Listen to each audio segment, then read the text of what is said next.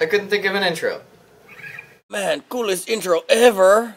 Hello, Empire. Alright, so I gotta start with something that really irked me. Now I know that a lot of companies make a lot of money by making you feel bad about yourself. Fashion magazines make you feel out of touch with the latest trends, which makes you want to go shop for more clothes. Makeup companies give an unrealistic idea of what a person should look like, making you want to buy more makeup to look like the photoshopped models in their ads. Which, by the way, will never happen because it's all fake. Same with fitness companies. They try to sell you powders, pills, shakes, machines, magic spells, whatever else they can, trying to convince you that in only 20 minutes a day, you too can look like this person who works out for a living. Not gonna happen. So yeah, these companies make you feel like there's something wrong with yourself, and then sell you a product to fix that problem. It's always been something that I really hate, but kind of have to just accept, because there will always be people with insecurities, and there will always be companies inventing another product to fix those insecurities. Besides, sometimes it really is good for a person to start taking care of themselves. You only have one body, so treat it right. And that's all fine and well, but this is where I start to have a problem. When does it start? At what age is it normal for somebody to start feeling self-conscious about their bodies? Well, I can definitely tell you that it's much later than 7 years old. And that's why I'm talking about all this. Abercrombie and Fitch have released a line of padded push-up bikinis for girls as young as 7.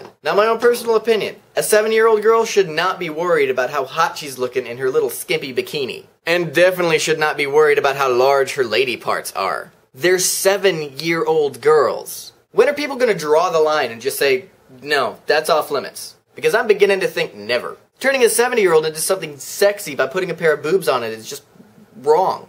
I mean, I can't think of another way to say it. It's just wrong. Not only is it not fair to the girls, it's not fair to the men who have to be around those girls. Attention is immediately brought to a little girl's chest. Are they trying to sexualize children? I see it in Hollywood, and it's a sad sight there. But I don't want to see any 7-year-old prostitutes running around. The young teenage ones are bad enough. I blame the parents. Any parent who would even consider letting their little girl wear something like this just doesn't deserve to be a parent, in my opinion. I feel so much better after a good rant. Next story. You know what I find funny? The fact that no matter how old, successful, rich, famous, whatever people get, they always end up acting like children eventually. You could sum up pretty much everything I'm about to say in one little phrase. Mom, Google and Bing are fighting again. Google. You're such a supergiant. Why do you have to be so picky? So I'm going to give you a quick summary of what's going on with Google and Bing. Google's control of the search market is going down while Bing's is going up. Of course that means Bing is stealing Google's ideas. But is Google stealing Bing's ideas too? This is how I imagine a conversation between the two companies would go if they were individuals. Hey, Bing! Oh, hey Google! Hey, yeah, I hear you've been doing pretty good for yourself lately. Yeah, things are going pretty good.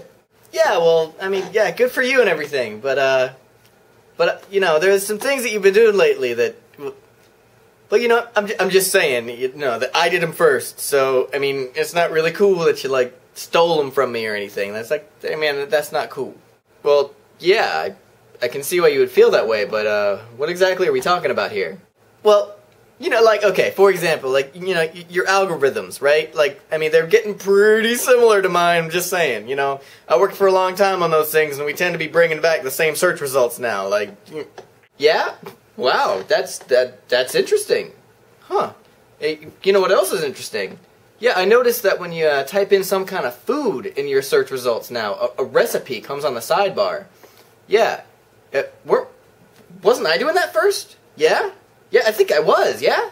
Well, yeah, sure, but I started the... Oh, yeah, I did, that's right. Oh, and that other thing, when you type in a specific question, and an answer pops up right at the top for the best guess of the thing you just asked.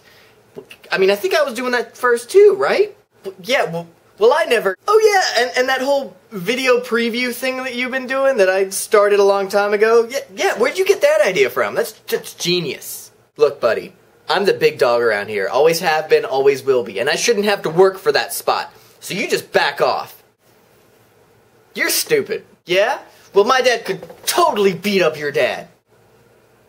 Your mother's a whore. It sounds like they're just kids fighting on a playground. In the end, it's a search engine. There are only so many things you can do with it at any given time. Just get over it, guys. I had one more thing that I wanted to talk about, but I'm already going way over time, so I'm gonna have to stop it here. I'll kick it over to the next video. If you've made it this far, thanks for watching. If you're not subscribed, obviously I entertained you until now, so why not? Thank you for all your suggestions on what song I should cover. I think I decided on one, and I'll start working on that as soon as I have time. As far as the word definition, I'm not even gonna lie to you guys. I just couldn't think of one. And I didn't see one in the comments that really jumped out at me, so I'm just gonna kick that till later. As always, thank you again for watching. Cliché YouTube phrase. Comment, rate, subscribe.